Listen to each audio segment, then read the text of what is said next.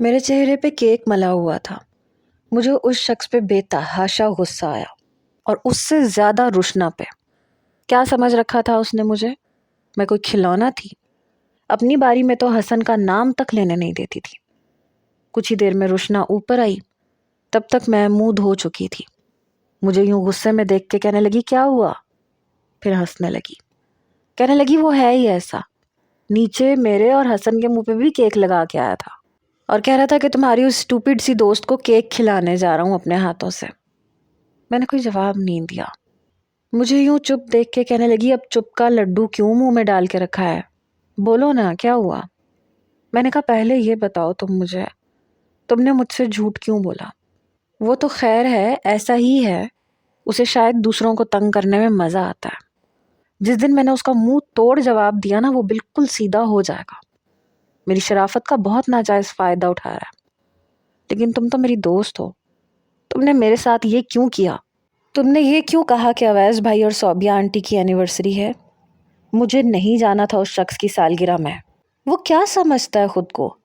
اور یہ جوڑا روشنا، بتاؤ تمہیں یہ جوڑا کس نے دیا تھا؟ وہ نظریں چرانے لگی۔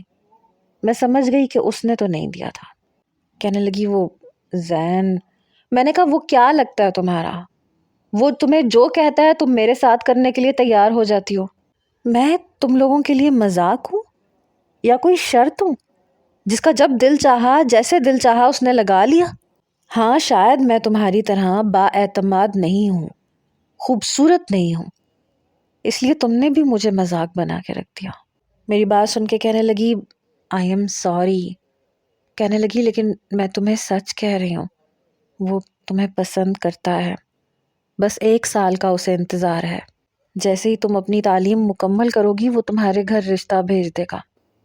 میں نے کہا مجھے ضرورت نہیں ہے اس کے رشتے کی، اور آئندہ اگر تم نے اس کا کسی بھی مذاق کے اندر ساتھ دیا یا مجھ پہ کوئی بھی شرط لگائی تو یاد رکھنا میں کبھی تم سے بھی بات نہیں کروں گی۔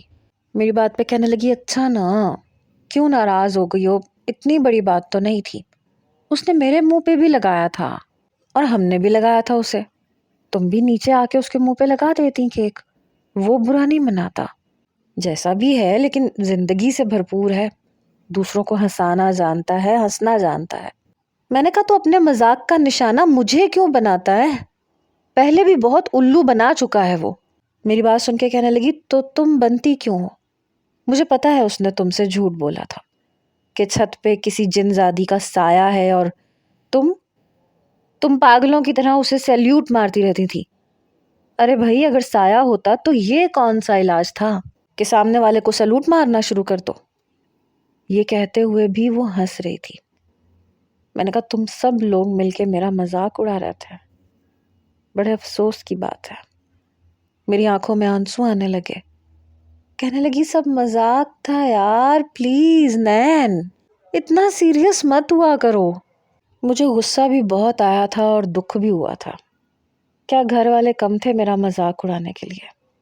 یا شاید مجھ جیسی لڑکیوں کا مذاق ہی اڑایا جا سکتا ہے؟ صبح میں یونیورسٹی گئی اور کلاس میں جا کے کسی اور لڑکی کے ساتھ بیٹھ گئی۔ یہ دیکھ کے روشنا مجھے غصے سے دیکھنے لگی۔ میں نے ایک دن پورا اس سے بات ہی نہیں کی۔ چھٹی پہ جب میں گھر آئی تب بھی میں نیچے نہیں گئی۔ شام کے وقت اپنی چائے بنائی اور بس اسی چھت کی منڈیر پہ کپ رکھ دیا۔ اسی وقت زین اور حسن کی گاڑی گھر کے اندر داخل ہوئی۔ اسے دیکھ کے مجھے بڑا غصہ آیا تھا۔ چھت سے باہر کا لان صاف دکھائی دیتا تھا جہاں پہ صوبیہ آنٹی اور روشنا بیٹھی چائے پی رہی تھی، ساتھ میں پکوڑے کھا رہی تھی۔ شاید مجھ پہ نہ حسن کی نظر پڑی تھی نہ زین کی۔ روشنا کے پاس آ کے زین کہنے لگا تم اکیلی؟ ارے کہاں ہے تمہاری سہیلی؟ یہ کہہ کے کرسی پہ بیٹھ گیا۔ ناراض ہے تم سے بھی اور مجھ سے بھی۔ دیکھو اب میں تمہارا ساتھ نہیں دوں گی، تمہاری وجہ سے وہ مجھ سے بھی بات نہیں کر رہی۔ تم نے کہا تھا کہ تم اس کے ساتھ کوئی گھٹیا مذاق نہیں کرو گے، پھر کیوں اس کے منہ پہ کیک لگا کے آئے؟ کہنے لگا تھوڑی سی گوری ہو جائے گی۔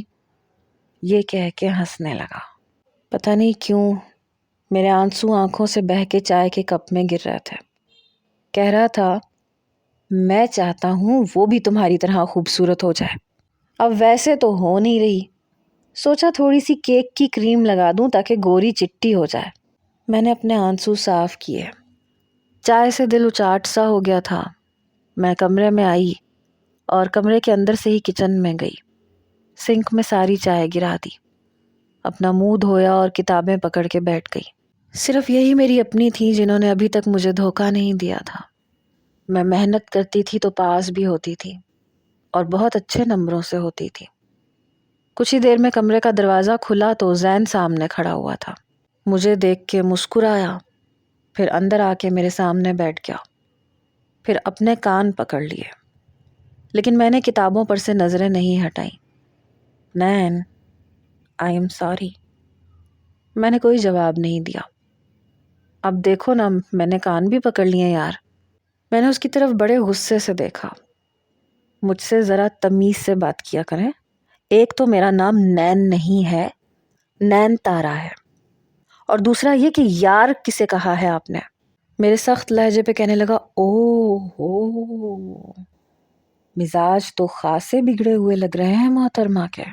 میں نے کہا آپ یہاں سے اٹھ کے جا سکتے ہیں، اور اگر آپ نے نہیں جانا تو مجھے بتا دیں، میں چلی جاتی ہوں۔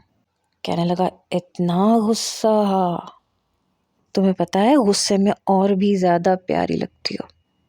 اس کی بات پہ مجھے مزید آگ لگی۔ میں نے کہا دیکھیں مجھ سے تمیز سے بات کیا کریں۔ کہنے لگا کیا کروں، تمہیں دیکھتی بدتمیزی کرنے کا دل چاہتا ہے۔ پھر ہنسنے لگا۔ میں اٹھ کے کھڑی ہو گئی، وہ بالکل میرے سامنے آ کے کھڑا ہو گیا۔ اوکے، سیریس ہو جاتا ہوں۔ پھر کہنے لگا، نین تم مجھے اچھی لگتی ہو، جیسے ہی تمہارا سیمسٹر ختم ہوگا میں بھابھی کو تمہارے گھر بھیج دوں گا، اور یہ بات میں مذاق میں بالکل بھی نہیں کر رہا، میں بالکل سیریس کہہ رہا ہوں۔ میں جانتی تھی کہ مزید کسی سے شرط لگا کے آیا ہوگا۔ جی تو چاہا کہ اسے کھری کھری سنا دوں، لیکن پھر سوچا کہ مجھے بھی اس کے ساتھ ویسے ہی کرنا چاہیے جیسے وہ کرتا ہے، کیونکہ میری کھری کھری کا اس پہ کوئی فرق نہیں پڑنا تھا۔ وہ ابھی بھی مجھ سے مذاق کر رہا تھا، اور میں جانتی تھی کہ اسے خوبصورت لڑکیاں پسند ہیں۔ میں نے کہا میں کیسے مان لوں کہ آپ سیریس ہیں؟ کہنے لگا تو کیسے یقین دلاؤں؟ کہہ تو رہا ہوں کہ رشتہ بھیج دوں گا، اور باقی کا یقین تو تمہیں شادی کے بعد ہی دلا سکتا ہوں۔ میں زبردستی مسکرائی۔ میں نے کہا نہیں، شادی سے پہلے بھی آپ مجھے یقین دلا سکتے ہیں۔ کہنے لگا اچھا، وہ کیسے؟ میں نے کہا وہ میں آپ کو کچھ دنوں کے بعد بتاؤں گی، آپ کو میں ایک سرپرائز دینا چاہتی ہوں۔ میری بات سن کے وہ کچھ حیران ہوا تھا۔ کہنے لگا کیسا سرپرائز؟ میں نے کہا ابھی سے بتا دوں گی تو پھر سرپرائز تو نہیں رہا نا۔ کہنے لگا اچھا چلو وہ بھی دیکھا جائے گا، یہ بتاؤ میں تمہیں اچھا تو لگتا ہوں نا؟ میں مسکرانے لگی۔ میں نے کہا آپ کسے برے لگ سکتے ہیں؟ آپ کی شخصیت اتنی شاندار ہے، میں تو بہت لکی ہوں جو آپ نے مجھے پسند کیا۔ میری بات سن کے اس نے اپنے ابرو اچکائے، پھر کہنے لگا یہ تو ہے، لکی تو تم بہت ہو۔ پھر ہنسنے لگا، پھر میرا ہاتھ پکڑ لیا، حالانکہ میرا دل بڑی زور سے دھڑکا تھا، لیکن میں بھی بہت لکی ہوں، کیونکہ تم بھی بہت اچھی لڑکی ہو، عام لڑکیوں سے بہت مختلف ہو۔ میں جانتی تھی کہ اب وہ میری تعریفیں کرے گا۔ میں نے کہا ویسے آپ کو مجھ میں اچھا کیا لگا؟ میں تو روشنا کی طرح خوبصورت نہیں ہوں۔ میری بات سن کے کہنے لگا تم بہت خوبصورت ہو، خاص طور پہ تمہارے بال۔ I love your hair and your eyes. میں نے اپنا ہاتھ اس کے ہاتھ سے پیچھے کیا۔ بہت شکریہ تعریف کا۔ کہنے لگا آئس کریم کھانے چلیں، باتیں بھی کر لیں گے، اب تو ہماری دوستی ہو گئی ہے۔ میں نے کہا ضرور جاتے، لیکن کل میرا ٹیسٹ ہے پلیز۔ کہنے لگا اوکے ٹھیک ہے۔ وہ نیچے جا چکا تھا۔ ابھی تک وہ مجھ پہ شرطیں لگا رہا تھا، مجھ پہ ہنس رہا تھا، میرا تمسخر اڑا رہا تھا اپنے بھتیجے، بھابھی اور روشنا کے سامنے، لیکن میں بھی سوچ چکی تھی اب میں اسے ایسی مات دوں گی کہ زندگی بھر یاد رکھے گا۔ اگلے روز جب ہم یونیورسٹی گئے تو میں نے آخر کی 2 کلاسز چھوڑ دیں۔ میں نے روشنا سے کہا کہ آج میں لائبریری میں بیٹھ کے نوٹس بناؤں گی، تم کلاس لے لو اور پلیز لیکچر مس مت کرنا۔ کہنے لگی ٹھیک ہے، تم جاؤ نوٹس بنا لو، کیونکہ میں اور وہ ایک ہی نوٹس سے تیاری کرتے تھے۔ اور زیادہ تر نوٹس میں ہی بناتی تھی۔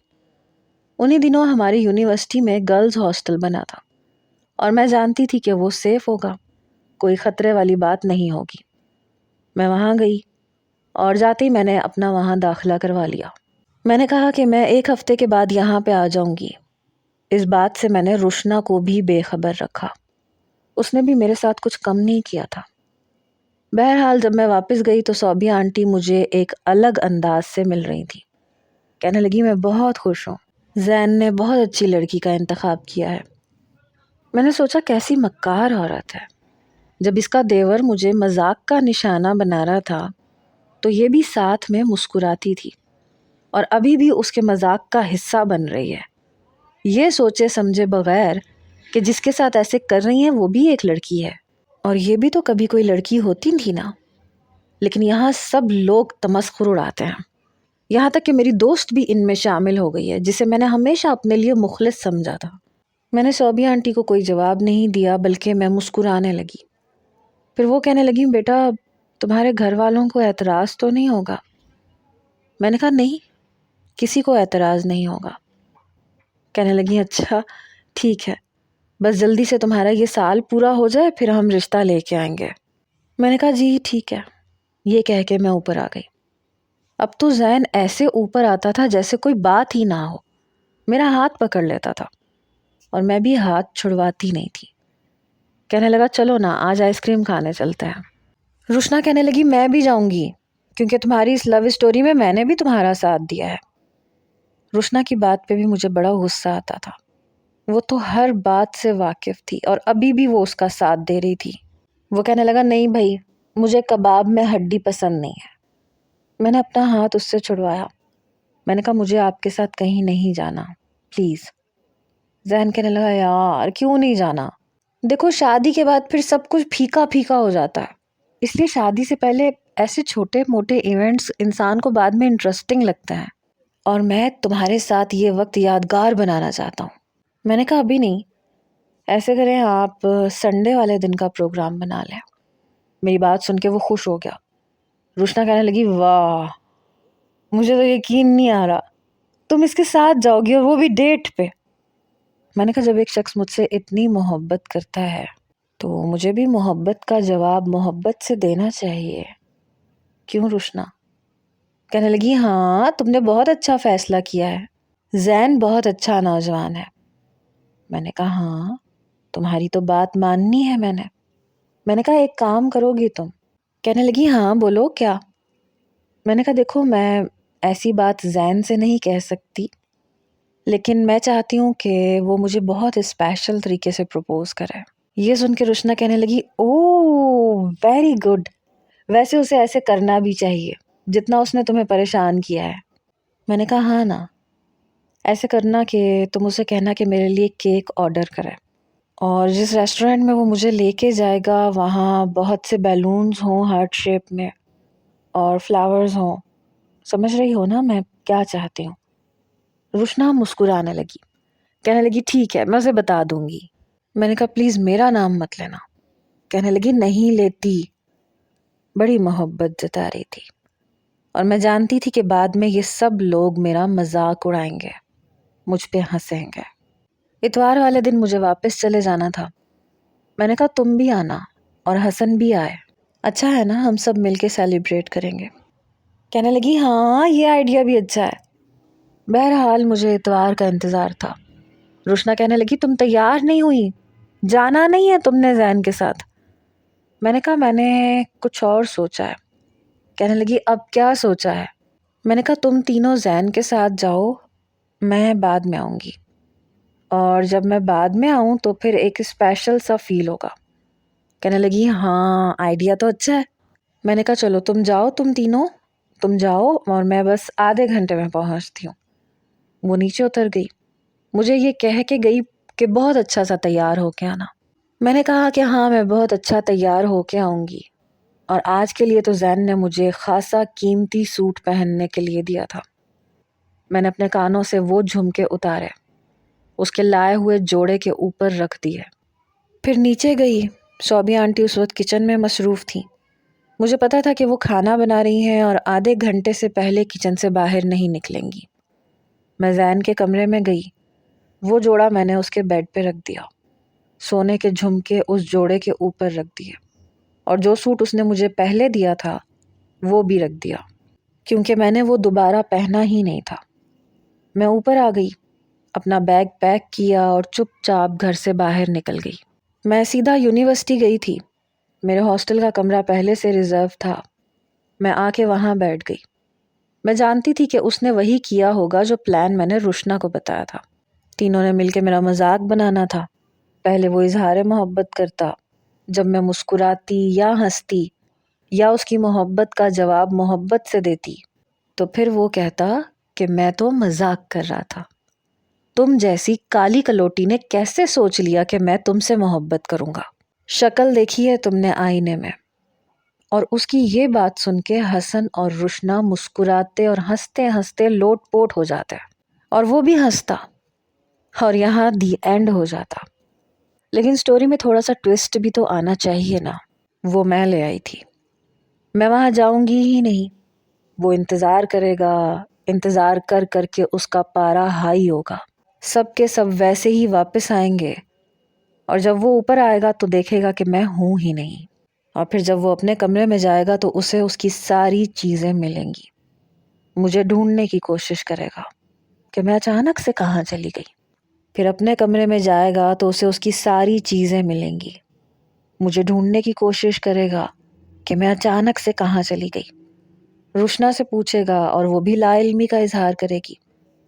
چلو کچھ گھنٹے ہی صحیح، مجھے ڈھونڈنے کی کوشش تو ضرور کریں گے کہ میں گئی کہاں۔ میں شاید اتنا ہی منہ توڑ جواب دے سکتی تھی۔ اب انہیں ان کے پلان کے فیل ہونے کا کچھ تو افسوس ہوگا، ہاں، لیکن زیادہ دیر میرے لیے کوئی پریشان نہیں ہوگا۔ میں جانتی تھی کہ کچھ ہی دیر میں وہ سب ٹھیک ہو جائیں گے۔ میں نے کھانا کھایا اور اپنا پڑھنے لگی۔ پڑھتے پڑھتے جب نیند آئی تو میں سو گئی۔ یہ ہاسٹل نیا نیا کھلا تھا، اس لیے زیادہ اسٹوڈنٹس نہیں تھے، اس لیے کمرے میں بھی میں اکیلی تھی۔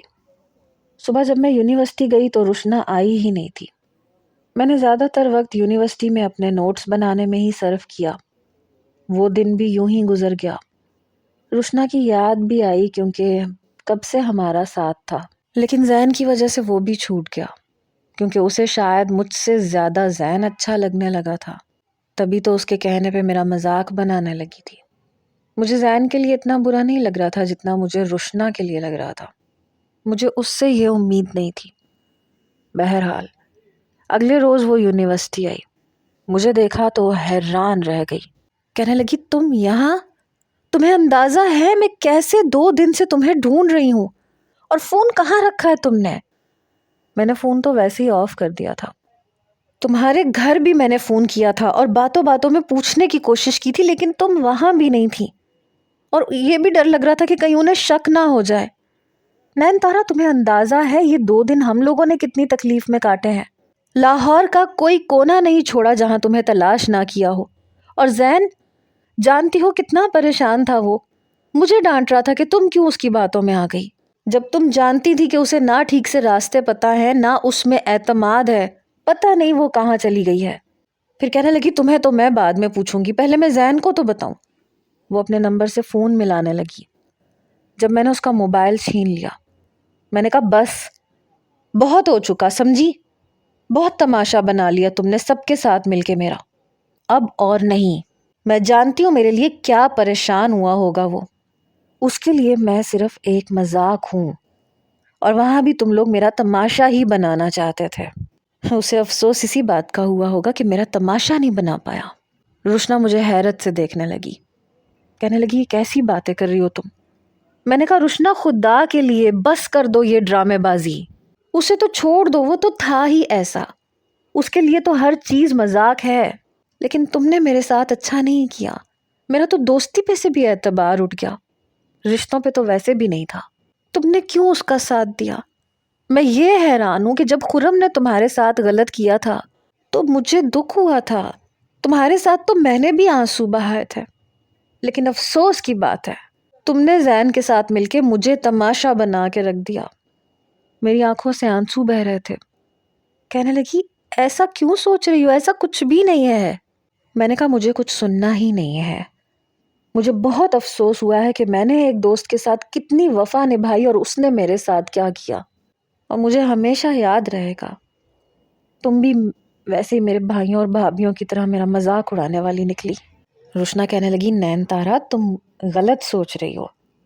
میں نے کہا مجھے کچھ نہیں سوچنا، اور ابھی تو میں سمجھی ہوں، سب کو سمجھ گئی ہوں، اور میں بالکل ٹھیک سمجھی ہوں. آج کے بعد تم الگ اور میں الگ. آج کے بعد میرے قریب مت آنا اور مجھ سے بات کرنے کی بھی کوشش مت کرنا. تم سمجھو کہ مر گئی نین تارا. یہ کہہ کے میں لائبریری چلی گئی. وہ میرے پیچھے آئی. تم غلط سمجھ رہی ہو، میری بات تو سنو.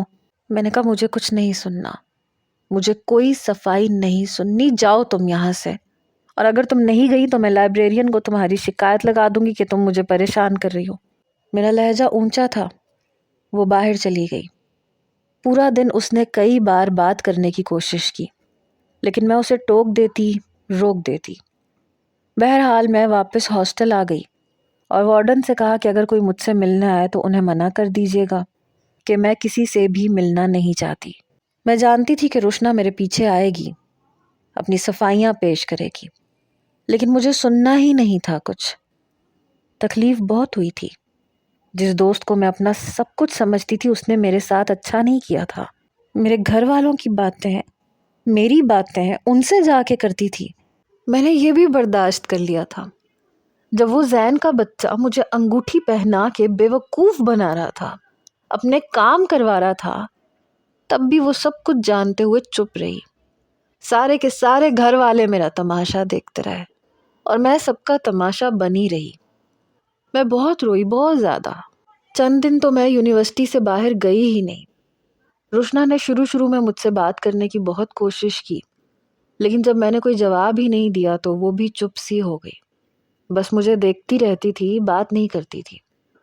میں لائبریری میں بیٹھی ہوئی اپنے نوٹس بنا رہی تھی جب مجھے لگا کہ کوئی کرسی گھسیٹ کے میرے برابر میں بیٹھا ہے. میں نے ایک نظر اٹھا کے دیکھا تو زین تھا. ماتھے پہ بل تھے، آنکھوں پہ وہی نظر کا چشمہ. میں نے دوبارہ سے اپنی نظریں اپنے نوٹس کی طرف جما لی. سامنے رکھی بک میں سے دیکھ کے میں نوٹس اتار رہی تھی جب اس نے میرے ہاتھ سے پین پکڑ کے ایک طرف پھینک دیا. میں نے کہا یہ کیا بدتمیزی ہے؟ کہنے لگا میں بتاتا ہوں تمہیں کہ کیا بدتمیزی ہے. چلو میرے ساتھ باہر، بات کرنی ہے تم سے. میں نے کہا سامنے لائبریرین بیٹھی ہے، میں تمہاری کمپلین کر دوں گی، اور تم اس یونیورسٹی کے ہو بھی نہیں. اگر اپنی عزت پیاری ہے نا تو دفع ہو جاؤ یہاں سے. باقی کا کھیل اور تماشا کسی اور لڑکی کے ساتھ کھیلو. وہ کہنے لگا مجھے نہیں پتا تھا کہ تم میرے ذرا سے مذاق کا بتنگڑ بنا لو گی. باہر آؤ نین. میں نے سامنے ٹیبل پہ گرا ہوا پین اٹھایا اور دوبارہ پیپر پہ لکھنے لگی. تبھی اس نے میری کلائی پکڑی اور کھڑا ہو گیا. میں نے کہا یہ کیا بدتمیزی ہے، ہاتھ چھوڑو میرا. لیکن اس نے کچھ سنا ہی نہیں. وہ مجھے لائبریری سے باہر لے کے آ گیا. کہنے لگا بہت ہو گیا ہے، جو کچھ تم نے میرے ساتھ کیا ہے نا اس کا حساب تو میں تم سے بعد میں لوں گا، لیکن ابھی چلو یہاں سے.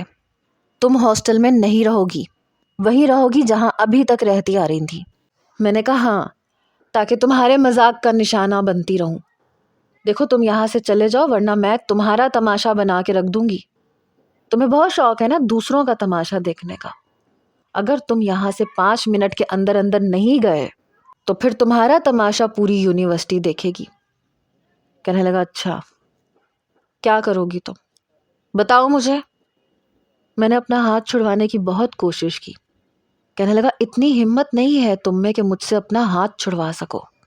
میں نے شور مچانا شروع کر دیا. میں نے کہا میرا ہاتھ چھوڑو، کیا بدتمیزی ہے، کوئی ہے؟ وہاں سے گزرنے والے بہت سے نوجوان اکٹھے ہونے لگے. اس کا رنگ اڑا. کہنے لگا نین تارا یہ بہت غلط کر رہی ہو تم. ان میں سے بہت سے میری کلاس میں پڑھنے والے اسٹوڈنٹس بھی تھے. عمار کہنے لگا کیا ہوا ہے نین تارا؟ بہت سی لڑکیاں بھی اکٹھی ہونے لگی. میں نے کہا یہ لڑکا بدتمیزی کر رہا ہے میرے ساتھ، دیکھو میرا ہاتھ پکڑا ہے، میرے ساتھ پتہ نہیں کیا زبردستی کرنا چاہتا ہے. لڑکوں نے زین کے ہاتھ سے میرا ہاتھ چھڑوایا. کہنے لگا یہ جھوٹ بول رہی ہے، یہ مجھے جانتی ہے، ہم دونوں منگیتر ہیں اور میں بات کرنے آیا ہوں. یہ مجھ سے ناراض ہے اور ایسی کوئی بات نہیں ہے. میں نے کہا یہ جھوٹ بول رہا ہے، میں اس کی کچھ نہیں لگتی. میرے ساتھ بدتمیزی کر رہا ہے۔ تبھی روشنا بھی آ گئی۔ لڑکوں نے زین کا گریبان پکڑ لیا۔ شرم نہیں آتی تمہیں؟ لڑکی کو چھیڑ رہے ہو؟ ہوتے کون ہو اس کا ہاتھ پکڑنے والے؟ عمار نے اس کا گریبان جھنجھوڑتے ہوئے کہا تھا۔ زین کہنے لگا دیکھو بیچ میں مت آؤ، سمجھے؟ میں ماروں گا تمہیں۔ تبھی کافی لڑکے اسے پکڑ چکے تھے۔ روشنا کہنے لگی یہ کیا کر رہے ہو تم لوگ، چھوڑو اسے۔ لیکن لڑکوں نے روشنا کی کوئی بات نہیں سنی۔ 2 مکے تو میں نے بھی زین کے منہ پہ پڑتے ہوئے دیکھے تھے۔ اس کا چشمہ زمین پہ جا گرا۔ میں وہاں سے ہاسٹل کی طرف چلی گئی۔ روشنا میرے پیچھے آئی، کہنے لگی یہ کیا تماشا لگا دیا تم نے؟ وہ تمہیں منانے آیا تھا نین تارا، تم اچھا نہیں کر رہی ہو، جاؤ روکو ان لڑکوں کو۔ کافی بدحواس اور پریشان لگ رہی تھی۔ میں نے کہا کیوں روکوں؟ آج اس کا تماشا بن رہا ہے تو بہت دکھ ہو رہا ہے تمہیں؟ کل تک اس کے ساتھ مل کے تم میری ہنسی اڑاتی تھی، اتنی تکلیف ہو رہی ہے تو جاؤ جا کے خود بچا لو اپنے محبوب کو، کیونکہ مجھ سے زیادہ تو تمہارے اس کے لیے آنسو نکل رہے ہیں۔ اس کے لیے تڑپ نظر آ رہی ہے مجھے تمہاری آنکھوں میں۔ اس کی آنکھوں میں واقعی آنسو تھے۔ وہ واپس چلی گئی اور میں نے دوبارہ پلٹ کے بھی نہیں دیکھا کہ اسے کہاں پڑ رہی ہے اور وہ کتنی مار کھا رہا ہے۔ میں تیز قدم اٹھاتی ہوئی واپس ہاسٹل آ گئی، لیکن کمرے میں آ کے پتہ نہیں مجھے بڑا عجیب سا لگ رہا تھا۔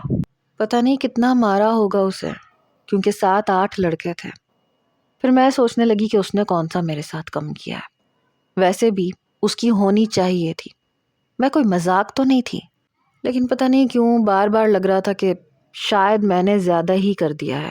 پتہ نہیں کیوں میرے ہاتھ پاؤں ٹھنڈے پڑ رہے تھے، اپنے اندر ایک عجیب سا احساس ہو رہا تھا۔ پتہ نہیں کیوں میرے ہاتھ پاؤں کانپ رہے تھے۔ آخری سیمسٹر تھا اور میں چاہتی تھی کہ یہ جلد از جلد ختم ہو جائے۔ اگلے روز میں یونیورسٹی گئی تو روشنا نہیں آئی تھی۔ 8 دن وہ نہیں آئی۔ 8 دن کے بعد آئی تو میری طرف دیکھا تک نہیں، مجھ سے بات تک نہیں کی۔ یہ دیکھ کے بھی مجھے تکلیف ہو رہی تھی کہ اس کے دل میں میرے لیے کچھ نہیں تھا۔ اگر کچھ تھا تو زین کے لیے تھا۔ اسی کی خاطر مجھ سے بات نہیں کر رہی تھی۔ نہیں کر رہی تو نہ کرے، میں کون سا مر جاؤں گی۔ میں نے اپنا موبائل آن کر لیا۔ میرے والد کی کال آنے لگی، کہنے لگے بیٹا موبائل کیوں بند تھا تمہارا، اتنے دنوں سے بات نہیں ہوئی۔ بس ایک میرے باپ کو ہی میرا خیال تھا۔ بہرحال 6 مہینے پورے ہو چکے تھے، پیپرز ختم ہو چکے تھے۔ نہ تو روشنا سے میں نے بات کی، نہ اس نے مجھ سے۔ میں اپنے گھر آ چکی تھی۔ وہی میری والدہ کا روز کا رونا۔ شبانہ کے بھائی کی بھی شادی ہو گئی، ارے بڑی خوبصورت لڑکی سے شادی کی ہے اس نے، تیرے انتظار میں تھوڑی نہ بیٹھے رہنا تھا اس نے۔ میں نے کہا چلیں شکر کریں ہو گئی شادی۔ پھر کہنے لگی رقیہ کے دیور کی شادی بھی بڑی خوبصورت لڑکی سے ہوئی ہے۔ میں نے کہا اماں اگر میں خوبصورت نہیں ہوں تو میرا کیا قصور ہے؟ نہیں ہوگی شادی تو نہ ہو، میں آپ پہ بوجھ نہیں بنوں گی، میں کوئی نوکری کر لوں گی۔ کہنے لگی مجھے تو پہلے ہی پتا تھا، میں نے اسی لیے تمہارے باپ سے کہا تھا کہ مت پڑھاؤ اسے، تمہاری عمر میں سب بہنوں کے 2 بچے ہو گئے تھے۔ میں نے کہا تو آپ کیا چاہتی ہیں میں شادی کے بغیر بچے پیدا کر لوں؟ میری ماں نے میرے منہ پہ تھپڑ مارا، بہت زبان چلانی آ گئی ہے تمہیں، 25 سال کی ہو گئی ہو، اتنا احساس ہے تمہیں؟ میری بھابیاں کہنے لگی ہاں اسے کیوں احساس ہونے لگا، بڑے نخرے دکھاتی تھی۔ ارے بھائی میرے بھائی نے بہت دھوم دھام سے شادی کی ہے اپنی، کسی چیز کی کوئی کمی نہیں تھی، خواہ مخواہ تمہارے لیے خوار ہو رہا تھا، ہیرے جیسی دلہن ملی ہے اسے۔ میں نے کہا تو آپ مجھے کیوں بتا رہی ہیں؟ میں نے تو آپ سے نہیں پوچھا نا، ہو گئی شادی تو اچھی بات ہے، میں بہت خوش ہوں کہ آپ کے بھائی کی شادی ہو گئی۔ کہنے لگی تو تم بھی اپنے لیے ایسا کوئی رشتہ ڈھونڈ کے دکھاؤ نا۔ بڑا میرے بھائی کے لیے انکار کر رہی تھی، پڑھے لکھے سے شادی کروں گی، میں بھی تو دیکھوں تمہارے لیے کون سا پڑھا لکھا رشتہ آتا ہے۔ میں نے کہا مجھے شادی ہی نہیں کرنی، سن لیا آپ نے؟ میرا بھتیجا پہلی بار اپنی ماں کے سامنے بولا، وہ مجھ سے 5 سال چھوٹا تھا۔ کہنے لگا امی بس کر دیں، پھپھو آپ کو کیا تکلیف دیتی ہیں، ہر وقت آپ ان کے پیچھے پڑی رہتی ہیں۔ پھر دوسرے بھائی کی بیٹی بھی میرے سامنے آ کے کھڑی ہو گئی، کہنے لگی کوئی خاندان میں اتنا پڑھا لکھا ہے جتنی پھپھو پڑھ رہی ہیں؟ کیا کر لیا آپ لوگوں نے کم عمری میں شادی کر کے سوائے بچے پیدا کرنے کے؟ نہ تربیت دینی آتی ہے آپ لوگوں کو اور نہ ہی کوئی گھر کا طریقہ سلیقہ ہے۔ لگتا ہے ہم لوگ جنجال پورے میں رہ رہے ہیں. پورے خاندان میں پھپھو کی تعریفیں ہوتی ہیں کہ یہ پہلی لڑکی ہے جو یونیورسٹی تک گئی ہے. انہوں نے ہی تو ہماری راہیں بھی آسان کی ہیں کہ ہم بھی آگے پڑھیں گے. میری والدہ کہنے لگی چلو جی، یک نہ شد دو شد، اب یہاں پڑھائیاں ہوا کریں گی. میری بھابھی کہنے لگی میرا تو دماغ کام نہیں کر رہا. میرا بھتیجا کہنے لگا امی آج کے بعد اگر آپ نے پھپھو کو کوئی بھی تانا تشنا دیا تو مجھ سے برا کوئی نہیں ہوگا. پھر میرا ہاتھ پکڑ کے مجھے اپنے کمرے میں لے آیا. کہنے لگا پھپھو آپ کو فکر کرنے کی بالکل ضرورت نہیں ہے. اب میرا قد اتنا تو لمبا ہو گیا ہے کہ میں آپ کے سامنے کھڑا ہو سکتا ہوں. مجھے بہت دکھ ہوتا تھا جب میں چھوٹا تھا اور امی اور چچی سب آپ کو تانے دیتی تھیں. میری آنکھوں میں آنسو آنے لگے. اس نے میرے آنسو صاف کیے. آپ دیکھ لیجئے گا آپ کا بہت اچھا رشتہ آئے گا اور اب آپ کو ڈرنے یا گھبرانے کی ضرورت نہیں ہے. اپنے بھتیجے بھانجوں کو وقت دینے کا نتیجہ اب میرے سامنے آ رہا تھا. سب مجھ سے پیار کرتے تھے، میری کیئر کرتے تھے. ابھی 2 ہفتے ہی ہوئے تھے کہ میں شام کی چائے بنا رہی تھی جب دروازے پہ دستک ہوئی. دروازہ میرے بھتیجے نے ہی کھولا تھا. وہ ابھی کالج سے واپس آیا ہی تھا. اندر آتے ہوئے میں نے صوبیہ آنٹی اور اویس بھائی کو دیکھا تو میں گھبرا گئی. میں ویسے ہی کچن سے باہر آ گئی. پتہ نہیں میری شکایت لگانے آئی تھی. لیکن جب انہوں نے زین کے لیے میرا رشتہ مانگا تو میرے ہوش اڑ گئے.